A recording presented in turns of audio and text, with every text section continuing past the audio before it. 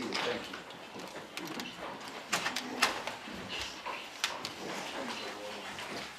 All right, we're back in session in People versus Robert Durst. Durst is present with counsel. Mr. Lewin and his colleagues are present representing the people.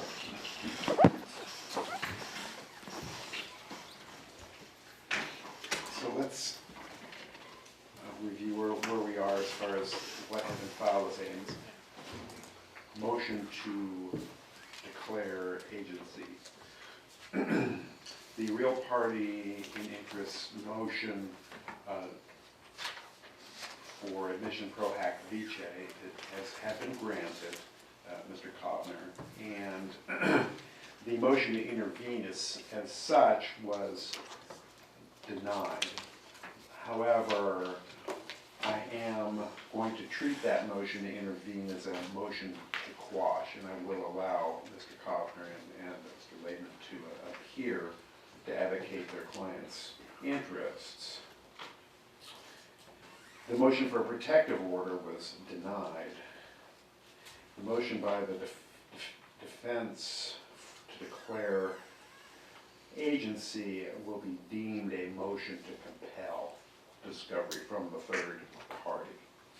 And now I can hear argument on that issue that's not in and of itself dispositive of quashing or compelling, but as long as the parties are prepared, and I'm prepared as well, so I might as well hear it, and that will, I think, accommodate the people's interest as well in expeditiously resolving that issue.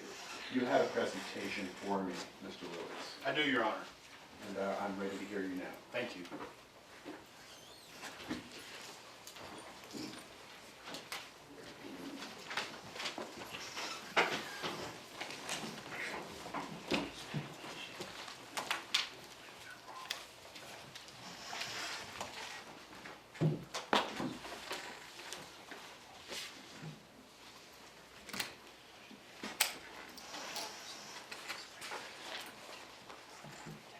Please, the court. Yes. I think, based on His Honor's comments of earlier this morning, the court understands the analysis that we're going to try to undertake.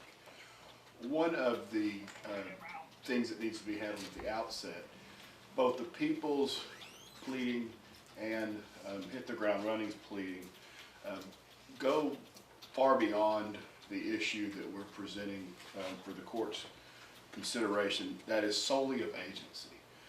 We're going to get to a point in time in this issue where the balancing of Mr. Durst's due process rights, the right to a fair trial, are weighed properly against hit the ground running's First Amendment rights.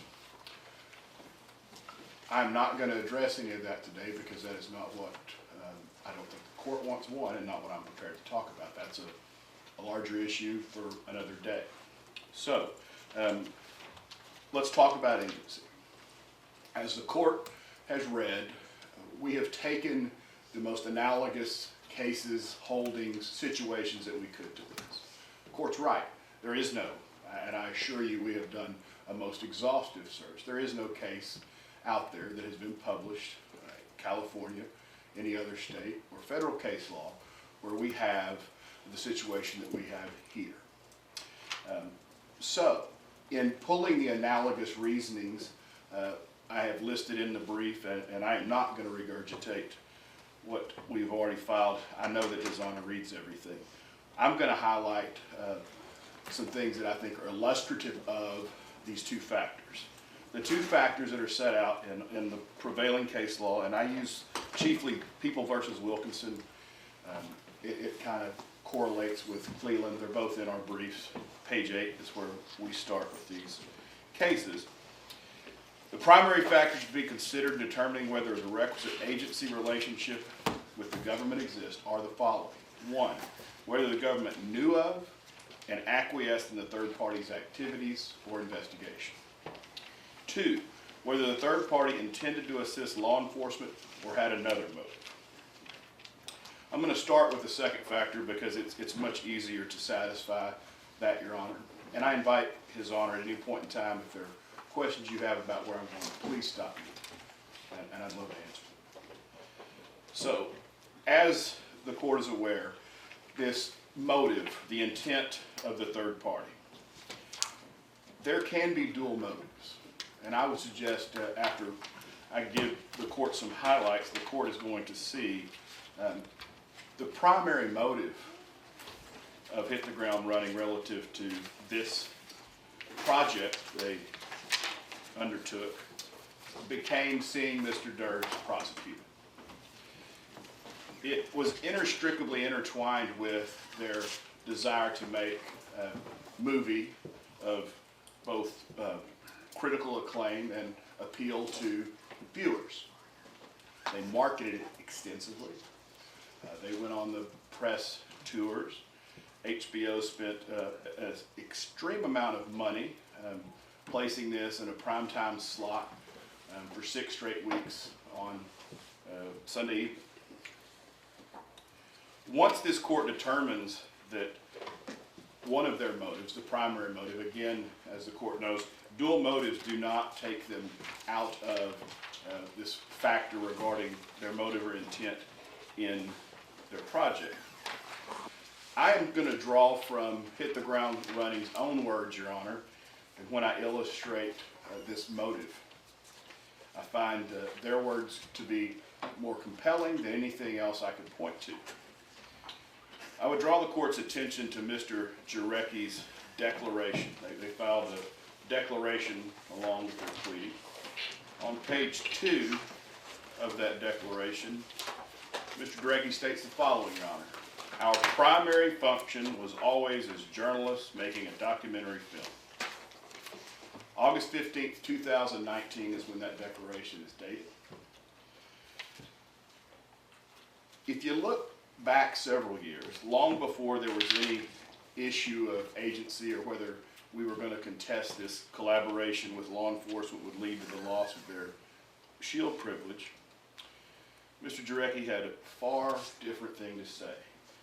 Alex, if you will post the first slide for His Honor. This is Mr. Jarecki on footage that aired on the last episode of the Jinx, episode 6. He, in his own words, says, how do we make sure we accomplish our goals? Number 1, get justice in this case. Mr. Jarecki, next day, in part of the press tour, if you would lack of a better word, he interviewed with the New York Times. And he said in the New York Times article, in this next slide, Your Honor, very telling about his motive, their intent. And this is where I talked about this motive, this dual motive, over time became clear it was to see Mr. Durst prosecuted in this case. In his own words, it went from being more of a movie to being a bit more of a mission. The mission being see Robert Durst charged in this case. So as the court can see, contrary to his declaration, prior to there being any contest about this, we can tell by his own words what their real motive was. Nothing wrong with that. Not to at all castigate Hit the Ground Running for doing this piece for whatever they wanted to. But for the purposes of the court's consideration of agency, their motive is clear. The cases that are instructive on this usually involve, as the court has said, issue of constitutional implication. A Fourth Amendment seizure, a Sixth Amendment interrogation, etc. But all the cases, especially the Supreme Court cases surrounding these arguments, tell us that we must look at the totality of circumstances to ferret out the intent, the motive that the court must consider as a factor in establishing an agency relationship. One of the totality of circumstances I'm going to talk about now, Your Honor, is Hit the Ground Running's collaboration not only with people of the state of California, but other law enforcement agencies. Los Angeles PD will be covered under the people. I'm talking about the District Attorney's Office in Manhattan. I'm talking about the Westchester County District Attorney's Office. I'm talking about the New York Police Department. I'm talking about the Galveston County Police Department, and the Galveston County District Attorney's Office. You see, what is revealed when you really drill down on this project, Your Honor, is Hit the Ground Running wasn't sure who they could approach, who they could collaborate with to get a prosecution. As they met with all of these various entities that I've listed, you will see a narrowing of their scope, and they narrow down on the people in LA County. Hit the Ground Running conducted their last interview of Mr. Durst on April 18th, 2012, Your Honor.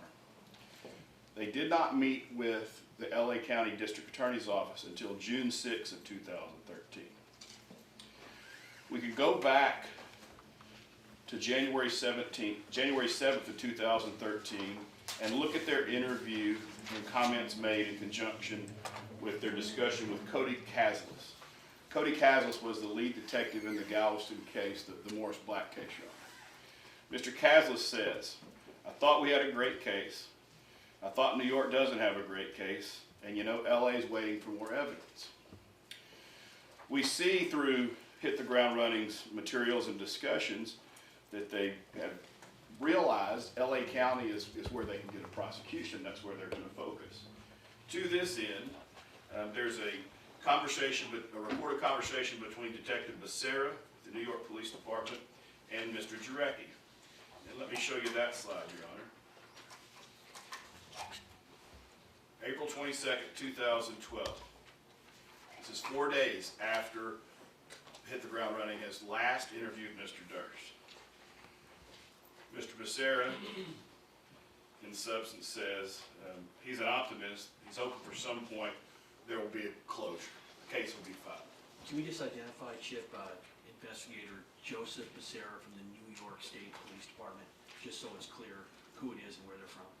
All right, so the record should reflect that. I'm clear that that's his hand.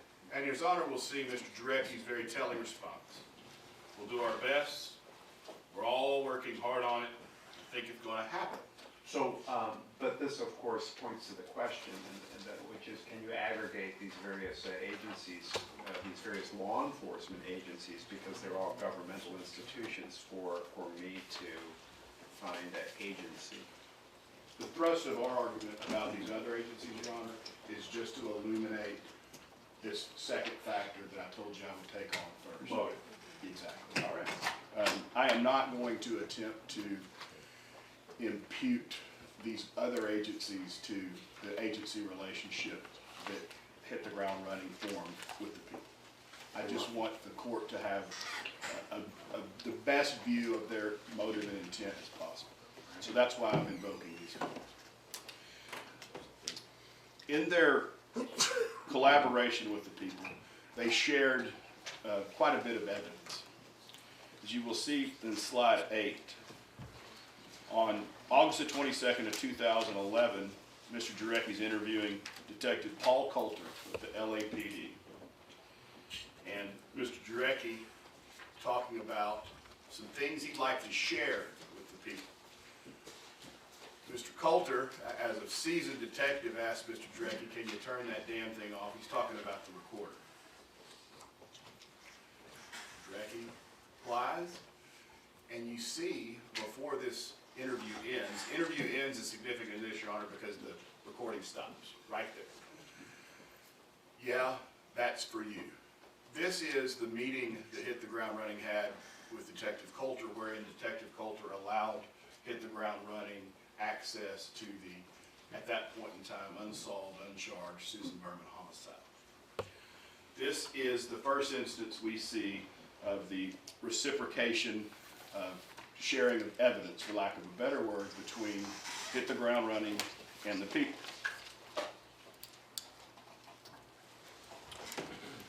In transitioning to the factor one, Your Honor, the government's knowledge and or acquiescence of the third party's activities or investigation.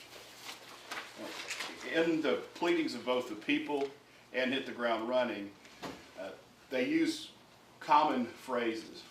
One is the de minimis contact between the people and Hit the Ground Running. Your Honor's familiar with Exhibit A that we filed to our motion. It's laughable to try to term all of that contact with the people as de minimis. And to condense that a little further, I have a slide for His Honor that will be a little easier to see. We've got 10 meetings between the people and Hit the Ground Running before Hit the Ground Running ever finishes conducting interviews. This is very important, as His Honor knows from the cases, the timing of the formation of the agency relationship, the work that Hit the Ground Running was doing, the court will see, was shaped by their meetings with the people's directives, the people's suggestions for edits, the people's communication of what it would take to get this case filed. His Honor will see after this point in time, there are a couple dozen more meetings between the people and Hit the Ground Running. I'm gone from all these other law enforcement agencies, Your Honor. I'm talking specifically about the agency relationship between the people of California and Hit the Ground Running.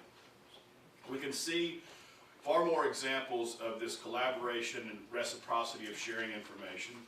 And I have another recording for His Honor, slide 11.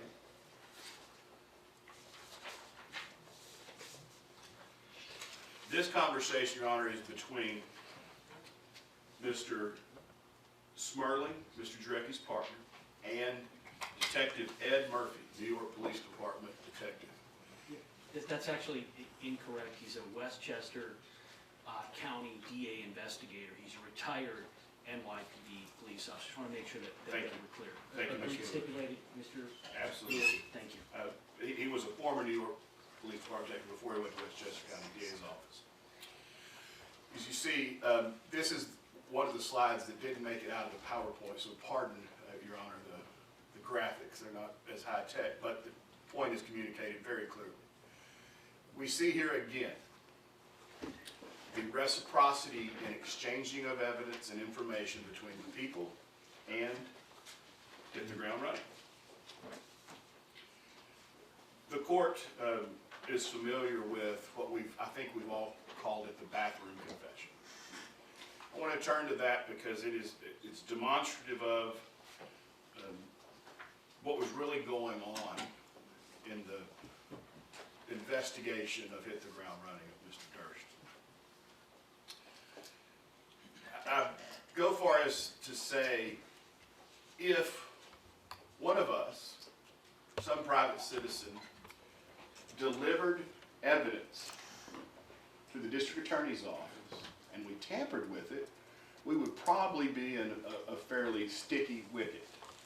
Yet, in this case, the people had to find out later that Hit the Ground Running in presenting, and I'll go through the presentation a little more later, in presenting their case, what I will call their PowerPoint prosecution to the people to convince them to file this case, they left in the edited version of the bathroom confession.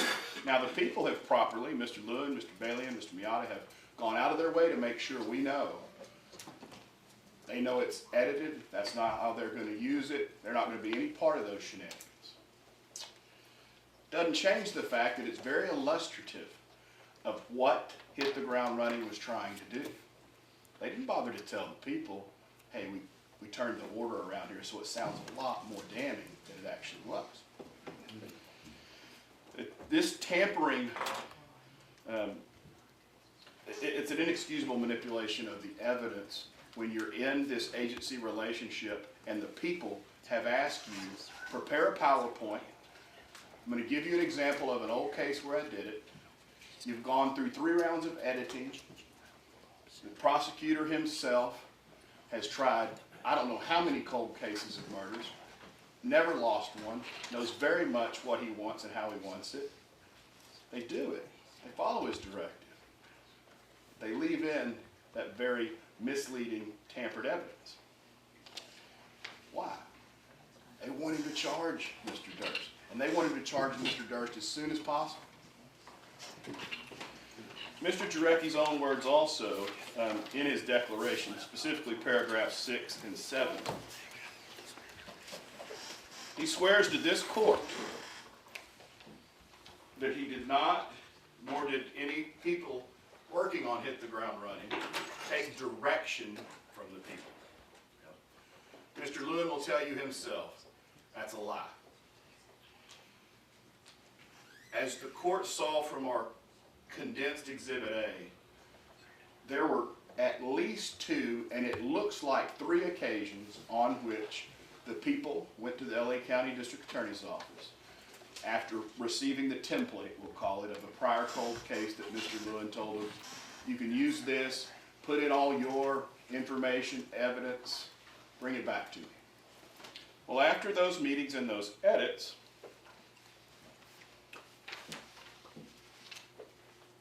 guess what? Case got filed pretty quick. Little movie gets played on HBO, and I'm going to come to what is an unbelievable coincidence, as Mr. Jarecki would like to explain. But in addition to the PowerPoint presentation for the prosecution, we have more very critical evidence that this court's familiar with that was shared in this agency relationship. And I'm going to call this the Sareb letter. It's the letter that Hit the Ground Running claims Sareb Kaufman delivered to them once he was going through Miss Berman's property. It's the one, Your Honor will recall, that has Beverly misspelled on it and the whole juxtapose one on the other and which one did you write.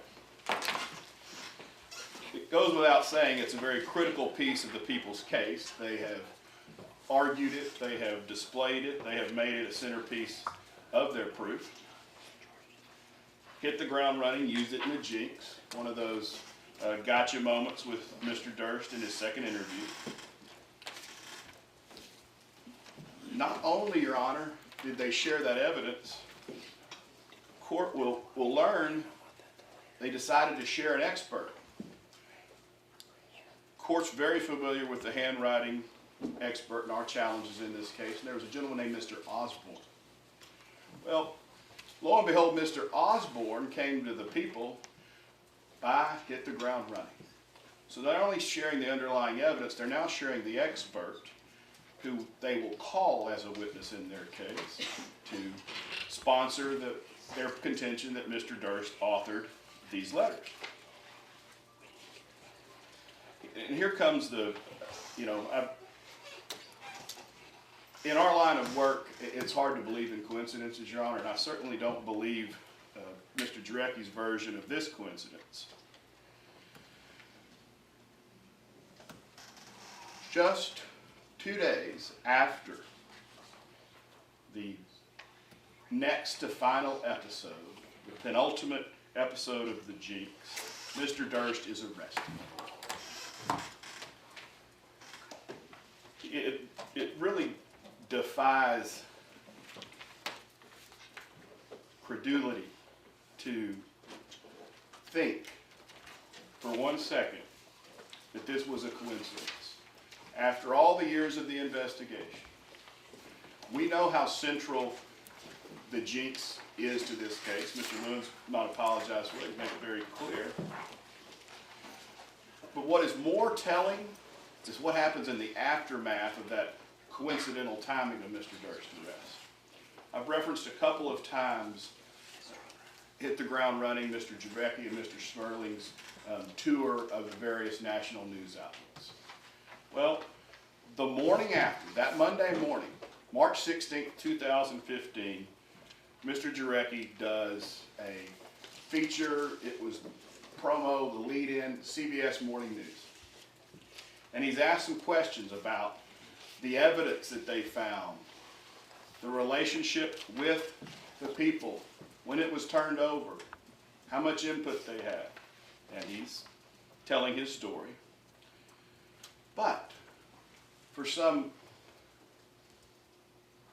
very curious reason, by noon Eastern time, the other news outlets, national news outlets, Rolling Stone magazine, that were all had previously scheduled appointments to interview Mr. Jarecki and or Mr. Smerling, they canceled them. Every one of them. Again, Your Honor, not believing coincidences and drawing from Mr. Lewin's use of power of circumstantial evidence. Let's look at that. You've got incredibly effective, meticulous to a fault, prosecutor who's never lost one of these cases, who, by anybody's consideration, has met a lot with Jarecki and Smerling. And you can see, and you can almost hear it. I can't imitate Mr. Lewin's voice, but I can hear it ringing in my head, reverberating, when he reached out to Smerling, Jarecki, or whoever, and said, do not say another word about our relationship. Nothing improper by Mr. Lewin doing it at all. Not at all. Very wise. Because Mr. Lewin, being as skilled and as prepared in this case as he is, knew there was a potential problem. And the more Mr. Jarecki talked about the relationship, the more evidence Mr. Jarecki gave that established this agency relationship. So lo and behold, in all the interviews thereafter, that they start doing interviews again, there's not any mention about this relationship and timing with law enforcement.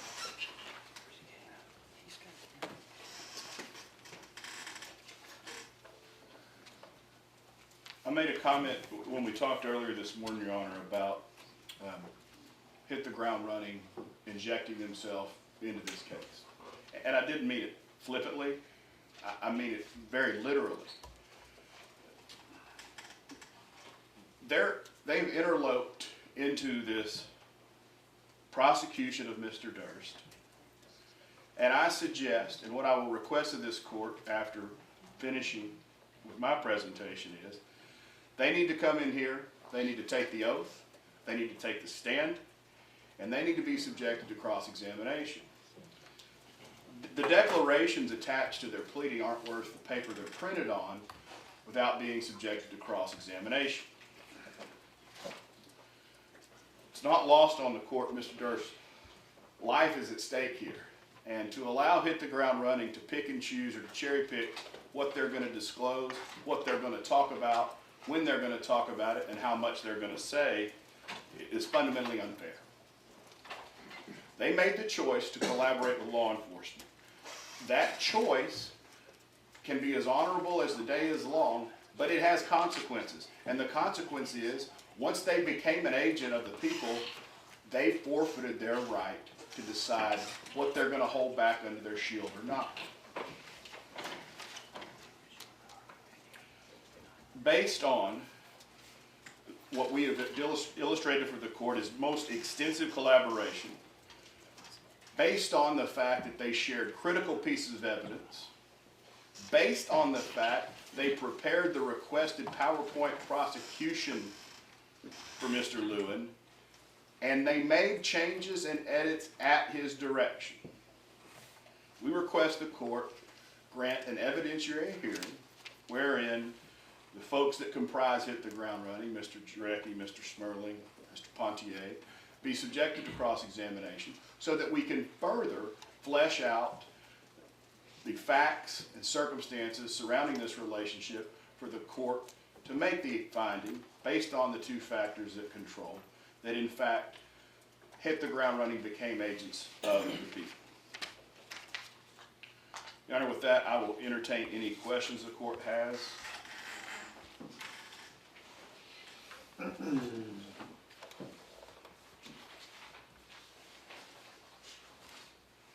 For while the court formulates those questions, I do have a couple of other slides that Ms. Wirt points out I neglected. If I can show the court. Please. We have a November 12, 2000 interview with New York Police Detective Hines.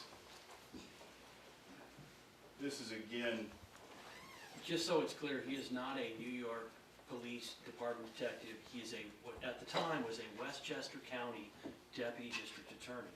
We need to make sure that the facts are going to be right here. They're not right. I think the slide, which we have not seen in advance, says 2007.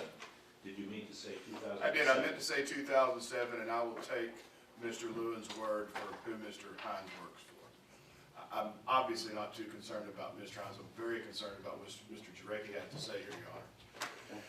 Back in 2007, he is asking Hines, who is in Westchester under Janine Pirot, the prospects of this prosecution.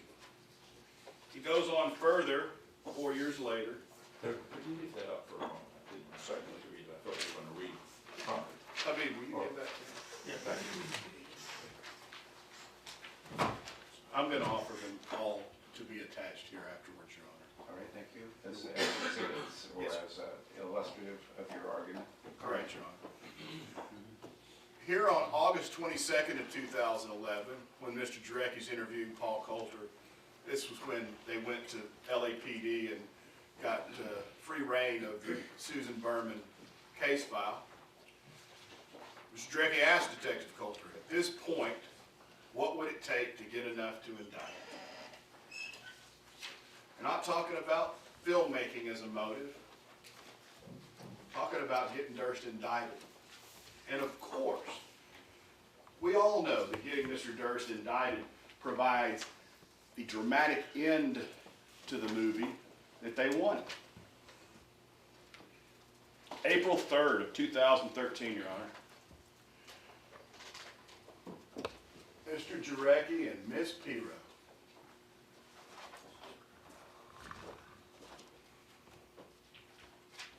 Give the court time to read this, please. I haven't, I've read it. We see Mr. Jarecki, as he did with the people, sharing confidential information from their investigation. Again, with Detective Struck on March 26, 2014.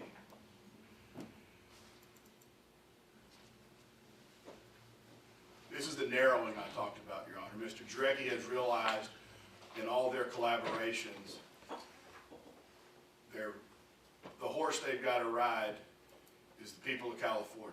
That's the case that they can get filed. That's where they devote all their efforts, in his own words.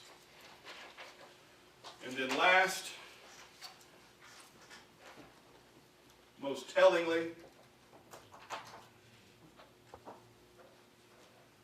this exchange with Detective Struck. Hit the ground running through Mr. Jarecki's own words, Your Honor. He's recounting for Detective Struck his meetings with the people. He's telling Detective Struck what the people have directed him to do if he wants this case filed. He's doing it accurately. Quote him, Your Honor. This is Mr. Jarecki relaying his information he received from the LA County District Attorney's Office. But if I can show you how I present a case, you can replicate what I'm doing using your facts and data from the Durst case, then I can clean it up and we can bring the case quickly. Many of the cases that we've drawn upon for insight here discuss the significance of the people giving their agent direction. It's usually a hotel keeper. You know, I can't tell you to go in the room, but if you have a right to go in the room and you happen to find something, call me. I can't tell you to go into the interrogation room and ask the suspect what he said about this yesterday, but if you do, you can tell me what it was. There is clear direction on behalf of the people that not only was received by Hit the Ground Running, but that they followed to a T. With that, Your Honor, I will entertain any questions the court has. So you don't cite any cases where a government agency would defeat journalistic privilege? This would be a case of first impression. Yes, Your Honor. So then the question becomes, what authority is analogous? What sort of conduct in a Fifth or Sixth Amendment context was sufficient to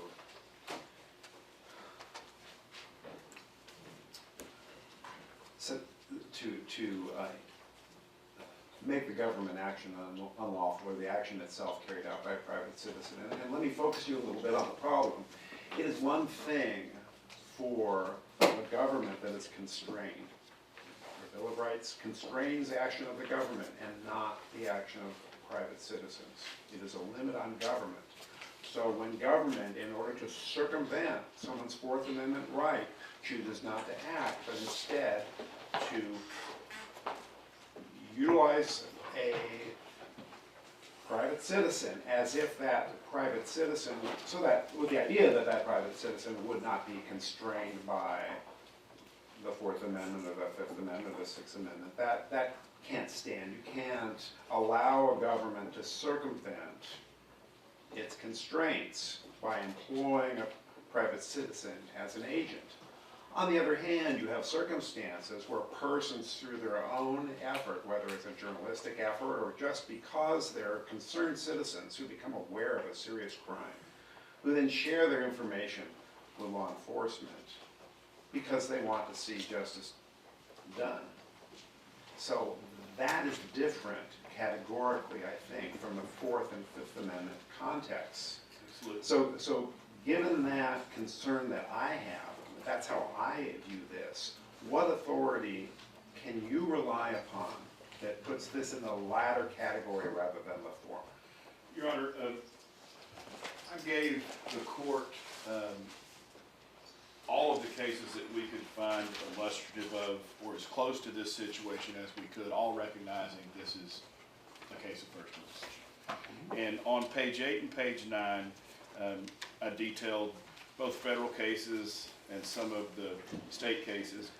And what you see in most of those cases are, as the court has outlined, it's a search issue or it's a confession issue. And it was found sufficient in all of those cases, and I didn't burden the court with more than is necessary, but I can give the court a list as long as they want. When the government directs, that is, they give the guidance to the third party as to how to act, how to operate, or the cases also hold if they're aware of the third party's actions and they simply acquiesce. So, let's use the hotel example. They've been watching a suspected drug dealer, and he goes to a hotel, they're surveilling. Well, they wait for a while, he's gone in. They go in and see the clerk and they say, hey, what can you tell us about that fellow that just checked in? Well, he paid in cash, he only said he'd be here one night, didn't leave an address, suspicious circumstance. Your Honor, so the record's clear, can we, Mr. Lewis, so can we just cite, you're referring to United States versus Reed at 15 F. 2nd 928, is that correct? It's an example, but no, I'm giving the judge a hypothetical wherein his, the differentiation between what would be an agency and what would not be. All right, thank you. Thank you both. Yes, please proceed. Well, they may not tell this hotel clerk, hey, when he leaves, go in, check his room, see if there's any dough. But if the clerk says to them, hey, do you want me to go in there and search his room and tell you what I find? Well, their silence alone in that case, their acquiescence of knowing what he is going to do, has been held in cases to be enough to confer that an agency relationship. So in our case, Your Honor, and the critical point here is this give and take, these multiple meetings in crafting the PowerPoint presentation. The direction is there. Knowing Mr. Lewin as I do, I know he's not going to dispute it. They told them to edit. They told them to put in audio, video clips that were, I guess, just summarized or just talked about. But isn't this just a way of organizing information that the private citizen learned, as opposed to the private citizen taking some action that the government could not do? A very good question, Your Honor.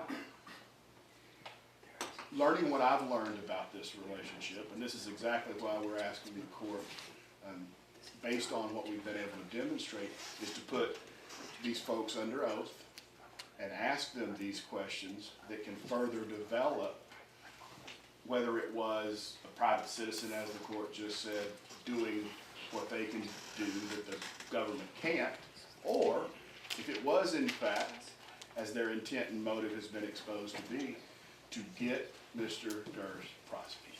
And of course, it is the burden on the defense to make a showing. Right. So, thank you.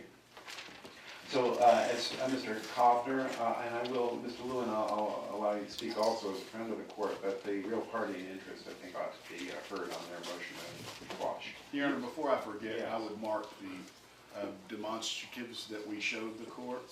Yes, you may just amend to your motion. You know, I just Mr. Lewin? want Yes? to address the court briefly.